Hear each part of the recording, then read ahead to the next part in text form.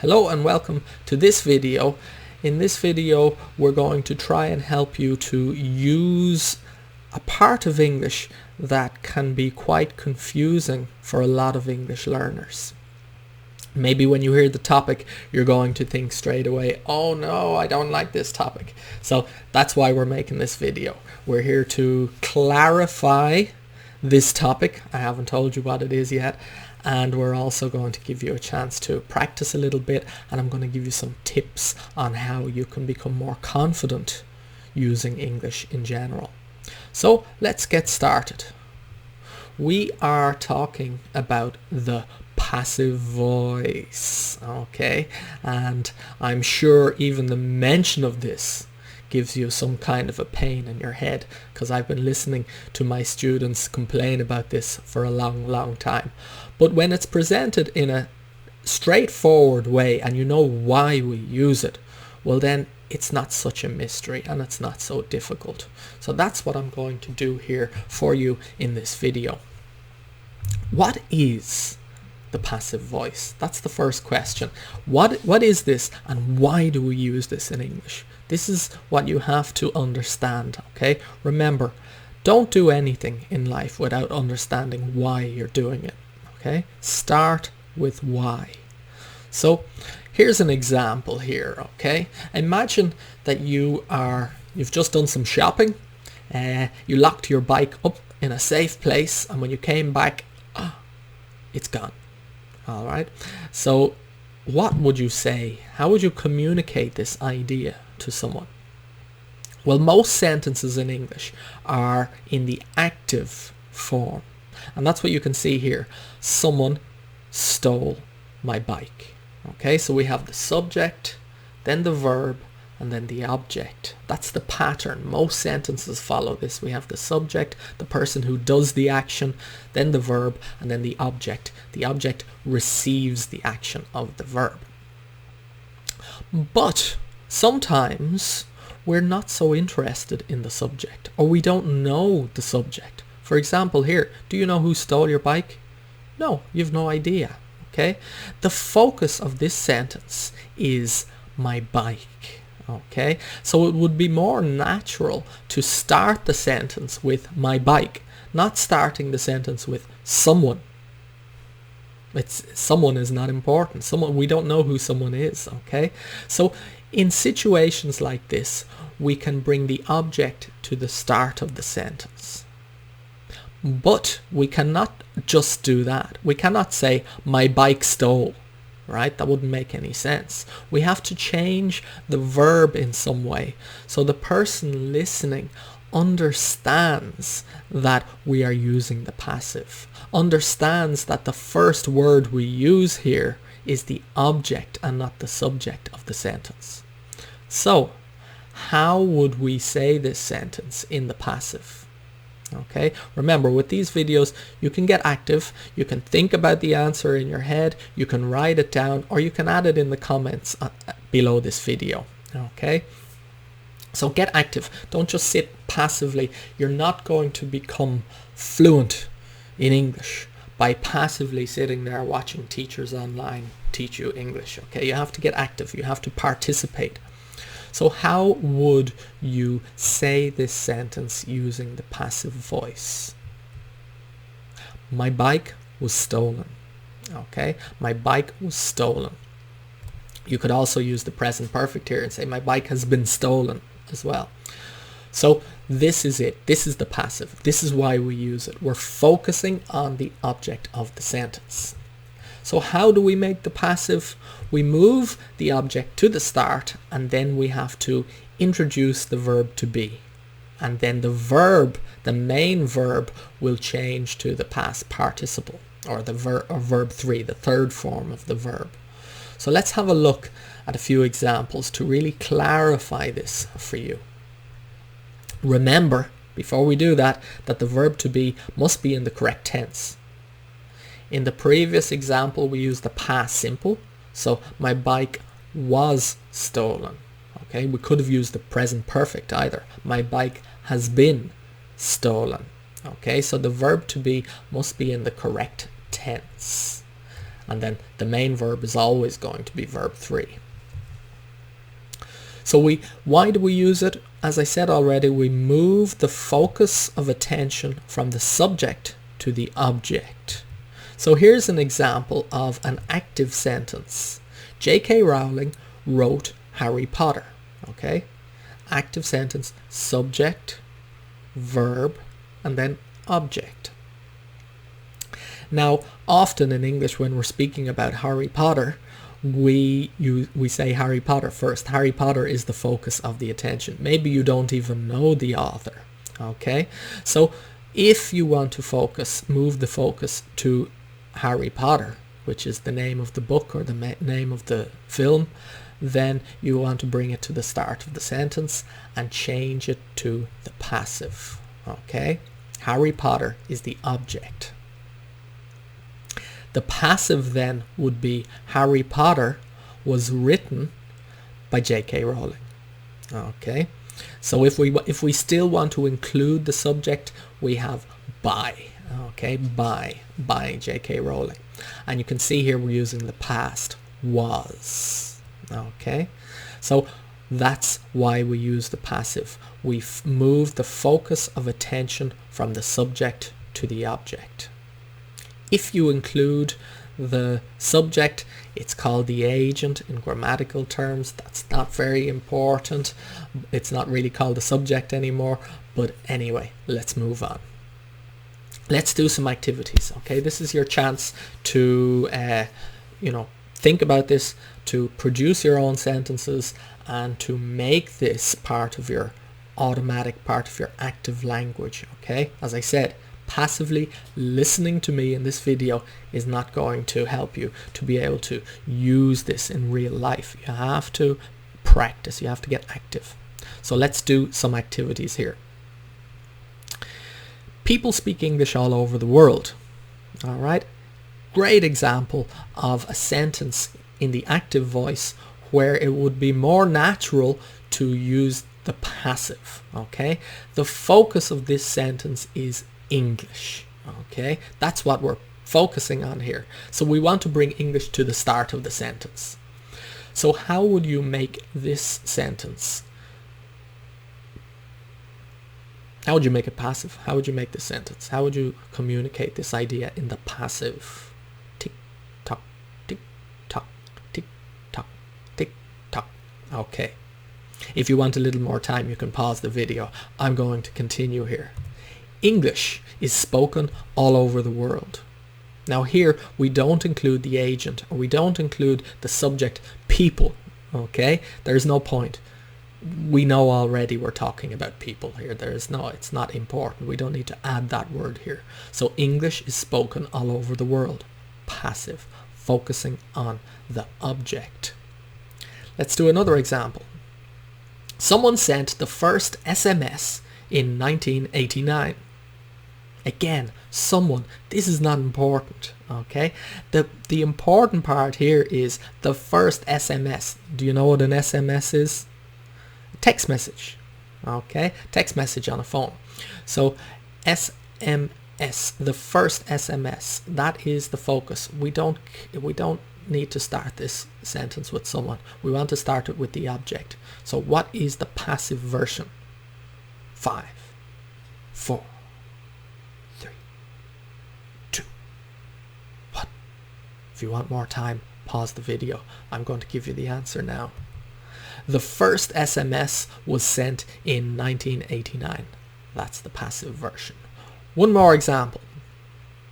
People have sold smartphones since 2002. All right, again, people, this is not important. The focus of this sentence should be smartphones. Okay, so we bring that to the start, we make it passive. What is the passive version of this sentence? Think about it. Write it into the comments. See if you can write it into the comments before I give you the answer. All right, give yourself a challenge here. Okay, write the sentence in the passive voice before I give you the answer. 5, 4, 3, 2, 1. the correct passive version of this sentence is smartphones have been sold since 2002. Okay, this is using the present perfect. And that is a variety of tenses. What do we have? We have the present simple, the past simple, the present perfect here. So there are some examples of the passive voice being used in real life situations. Okay, and they are really effective, really they're good examples of the passive because they highlight why we use the passive. Okay, remember, we use it because we're focused on the subject of the sentence, or sorry, the object of the sentence instead of the subject. Okay, so that is the overview. That is, I hope that's given you an understanding of how we use the passive and why we use the passive in English. But don't stop there. That's where most people stop. You need to practice. You need to, most people contact me and say, yes, I know the grammar or I can write, but when I'm speaking, I can't apply these rules. That is because you're not getting enough structured practice. Okay, so you need to be using this. Have you ever heard the expression, use it or lose it?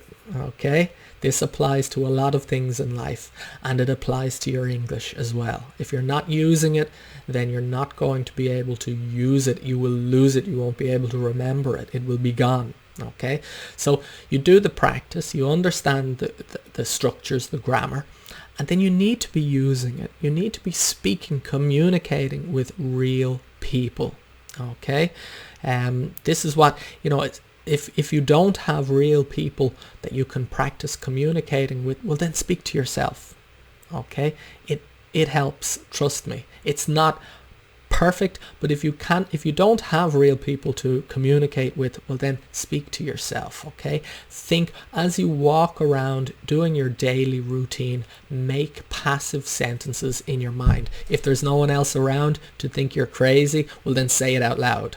Okay, everything you see, you can try to make passive sentences out of examples, things you see happening. Okay, if you are looking for a place to get this practice, you can apply to join the program. Okay, we have English Fluency Secrets. We have a community of people all around the world, from all around the world, and we have a full step-by-step system which includes training, coaching, communication practice, and an immersive experience. So you're in a community where you're thinking in English, you're constantly being challenged and having to do activities in English so you can become fluent. You can get amazing results in as little as 6 months, believe it or not, if you apply yourself and you do the correct structured practice. For example, this week in the program, I just went live to prepare my students. We're focusing on this, by the way, the passive. And I go live every Monday to get them set up for the week. And they have access, full access to all the training material to make sure that they can take their time to step through all of these activities and how the tips and tricks, and watch the videos and you know, make sure that they understand it, and then they can join coaching and ask questions, and we can, you know, I can help them on a more individual basis, and we can speak about these issues, any confusion. And then what you need to be doing is putting it into practice, right? As I said before. So we have lots of different ways to put it into practice. A lot of people that I work with are in business. They need English for their careers, or they're, at the moment, as you probably know, it's a very exciting time in the world for doing business and connecting with people all around the world. So we always, we often bring the target language into a business context. So my students are practicing using the passive in a business context. In the example of a shoe manufacturing company, I'm practicing using the passive voice there. We're also doing a lot of live communication practice. Okay, so we meet up, the students have structured practice where they ask each other questions about their experience, get more information, and we've different types of practice. We get the passive in, we have a layered approach, so this is important for you to do. Practice on a basic level and then go more advanced, and then more advanced. It's important for you to get your foundation first that's strong and then build on that, and that's what we do in the program as well. We've different types of communication practice, always with real people, and this is what I recommend for all of you as well. Make sure you're practicing with real people. If you can't, speak to yourself, but it's very important that you practice. And then, you can do lots of activities. There are lots of activities online as well. You can do this stuff. I've created games for students to play, matching activities, and we do a game show, quiz. So there are different ways for you to understand these structures. You can do it, you can practice yourself, watching videos, doing exercises, practice with people in context, communicating, and then you can really work out the more complicated areas by doing things like a game show. This is what I do often with my students and in my online communities. We go live and we do a game show where it's a quiz, and you have to look at the different options. How would you say this? Which verb would you use here? Which word would you use here? What is this correct or not correct? And you get points. So you're playing a game, you're enjoying, and then your retention, you understand more and you learn in a much better way. There are lots of different activities we do. We play Battleship as well to work on the correct structures and to make sure we're speaking English accurately and correctly. So that is the overview for the passive voice. Okay, remember the tips I'm giving you here today. First of all, understand it. Okay, practice yourself. If you see a video like this, get active, comment right below this video examples of passive voice. Make up some sentences in the passive voice, write them below this video, comment on other people's comments. Okay, get active, but most importantly, practice communicating in real life contexts. English is a language. It's meant to communicate with other people. Okay, so if you're not doing that part of the practice, you're missing a huge opportunity to become fluent in English. As I said, if you're looking for a place with all of this put together in a beautiful step-by-step system where you can be immersed, join a community of people who are driven and dedicated to becoming confident English speakers and getting that communication practice, well then you can apply to join the English Fluency Secrets program. There will be a link below this video, maybe above this video, or you can contact me directly. And I will see you all in the next video.